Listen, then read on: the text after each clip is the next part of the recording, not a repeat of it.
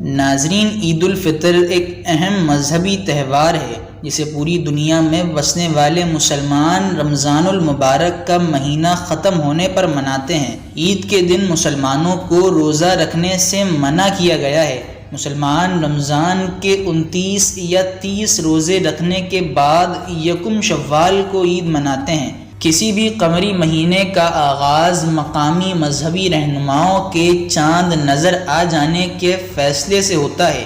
یہی وجہ ہے کہ دنیا کے مختلف ممالک میں عید مختلف دنوں میں منائی جاتی ہے۔ اس کے برعکس کچھ ممالک ایسے بھی ہیں جو سعودی عرب کی پیروی کرتے ہیں اور مسلمان نماز عید سے پہلے صدقہ فطر بھی ادا کرتے ہیں۔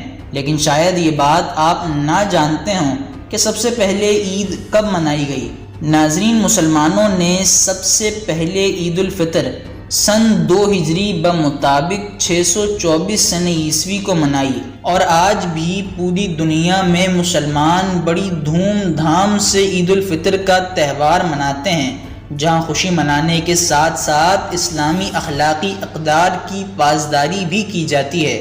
ناظرین، ویڈیو کیسی لگی کمنٹ کر کے ضرور بتائیے گا۔